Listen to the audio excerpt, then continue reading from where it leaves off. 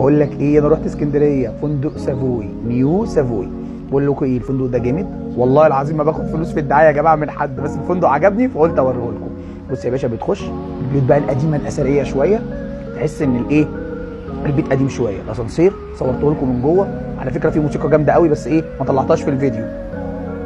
الاسانسير بص اتفرج، بس حلو قوي، انا حسيت ان هو هيقع بيا بس حلو. هنا المنظر من الاوضه بتاعه الفندق حكايه. احلى حاجه في الاوضه البلكونه بتاعتها، اقسم بالله الواحد كان عايز ينام في البلكونه. البلكونه بتاعتها حلوه قوي. بص بقى، بص الدلع ده كله. بص البحر عامل ازاي، الفندق جميل، الاوضه جميله على البحر على طول، بتبص على البحر. وانا هنا فرحان بالبحر قوي فعمال اتصور. معلش بقى يا جماعه قرفتكم، بس عشان ايه عمال اتصور فرحان بالبحر.